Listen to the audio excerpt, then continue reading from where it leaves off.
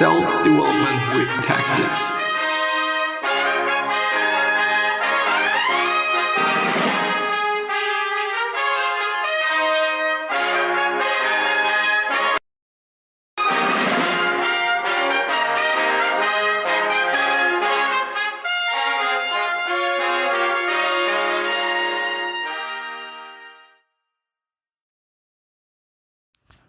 So, I have nearly forgotten about recording a video, and I've also realized that I haven't recorded a video for TikTok yet. Follow me on TikTok. Link is actually not down in the description, but it should be from now on. Hopefully. We will see. Well, the last time we have stopped with Joyful, the book by Ingrid Lee. Pretty interesting read, not as good and or, well, necessary as I thought it would be. But yeah, I just nearly thought that I've already finished. So did we stop with key idea number 2? No, we did not. We're gonna go ahead with key idea number 3. You can find freedom in a garden as long as you don't design it too strictly. No doubt you will remember that feeling you had as a child. You decided to pack a little bag and head off into the woods or along a path. What pushed you on was the feeling of freedom and the desire for the open road. Such feelings are not a thing of the past. You can actually create that freedom within your own home. It just takes a bit of design and know-how. A good place to start is the garden. Just consider what the Dutch garden designer Piet Oudolf has created in Hummelo, close to the German border. Lee visited him in his garden there and was immediately hit by a strong sense of freedom.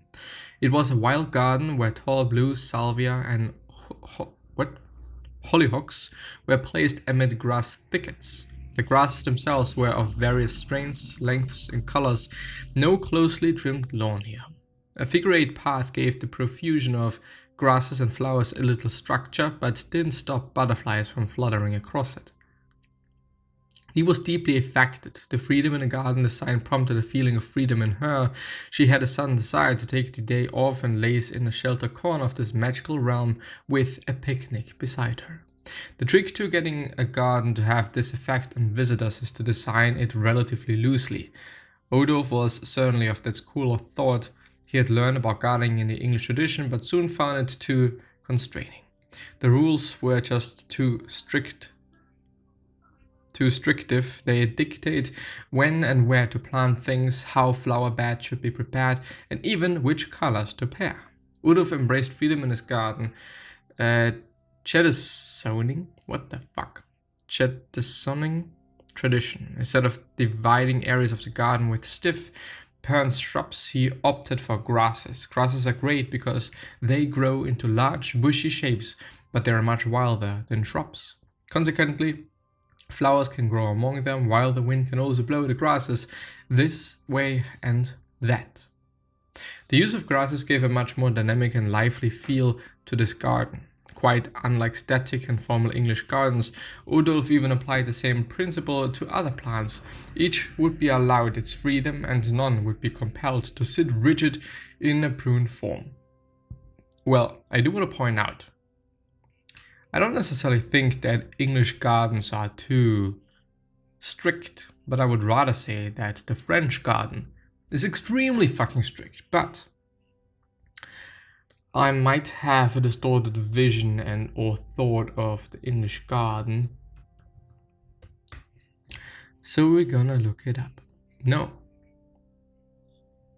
Well, yeah, it is strict and it has a form. Maybe more than it kind of looks like. Well, yeah. But I think it is nothing compared to the French one. Even though, I mean, if you look at Versailles, and so on and so forth, it just really is beautiful. But I wouldn't think that I would have such a thing at my house, such a garden. First of all, just keeping it that way, it costs a ton of money and a ton of effort and a ton of quite everything. And on the other hand, when you Well, I don't know. I mean, one really also has to be concerned to just not destroy the garden. You know, if it's so costly and involves such a lot of work. Anyway, do I want to look up Odolph's garden? Nah. I am rather willing to go through key idea number 4. Feng Shui is about creating a harmonious space which can increase joy and happiness. Feng Shui gets a bad rap these days. Perhaps you already feel a tide of skepticism rising at the very mention of the term, but it needn't be like that. In essence, it is just a Chinese philosophy that guides people on how best to arrange rooms in order to, for example, get sound asleep.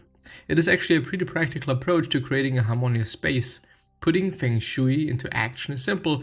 You have to focus your attention on each part of the home and consider how the overall room design might be made more harmonious. There is no magic to it. The underlying principle in Feng Shui is that a form of energy called Qi runs through all matter.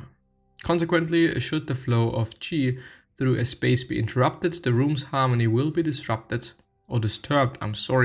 due to the pooling of stagnating energy. The classic example of bad Feng Shui is to place large or tall items of furniture right in the middle of a room. Also looks shit, by the way. You might think it difficult to assess the finer flows of energy in a room, but it is actually not. Just ask yourself, how would a small pet move through a room if released here? Would it be free to move and explore the space and all its objects easily, or would it get stuck circling around awkward placed furniture and piles of paper? If the latter is the case, then the room likely has bad Feng Shui. There is every reason to embrace Feng Shui since it can help increase joy and happiness. And it brings right by your front door. The entryway to any home should be free of clutter if it is to be welcoming. If you can barely open the door because of shoes, coat rags, boxes, or pieces of furniture, you will feel slowed down even as you exit. If you leave burdened by the thought of obstacles, then you will remain plagued by that for the rest of the day too. You may even find yourself becoming increasingly irritable because of it, which is, by the way, something that happened to me and something that I kind of was able to solve. I think it really depends on structuring your room in the most effective and efficient way you possibly can. You know yourself, I know myself, and you know yourself, and therefore know that when the day is long, you tend to, you tend to throw your jacket over your chair, but it really is pissing you off in the end because it looks cluttered and it doesn't look very nice and neat and tidied up. So you have to get up and have to get the energy to open your closet and put it in there. So what about having a rack where you can put your coat on or your jacket or whatnot? Probably looks a bit more tidied up. Maybe you even just put this thing into a different room so that you're not having it in your living room or your sleep room. Bedroom, sleep room, bedroom, yeah. Yes. The same applies when you arrive home. If you return to an open and welcoming space, this will lead to the generation of joy. Opening a door to a pile of junk is not going to create the same effect. Something that I also thought about, and something that every psychiatrist and psychotherapist is gonna tell you, that makes sense to tidy up your room and or live in a way that makes you feel great. And if your room, a cluttered room, is something that pisses you off, is something that you dislike, well, guess what? Maybe you have to do something about that. Maybe that makes sense. Couples should pay special attention to the placement of their bed in the bedroom. It should allow two people easy access to it, thus neither side should be up against the wall.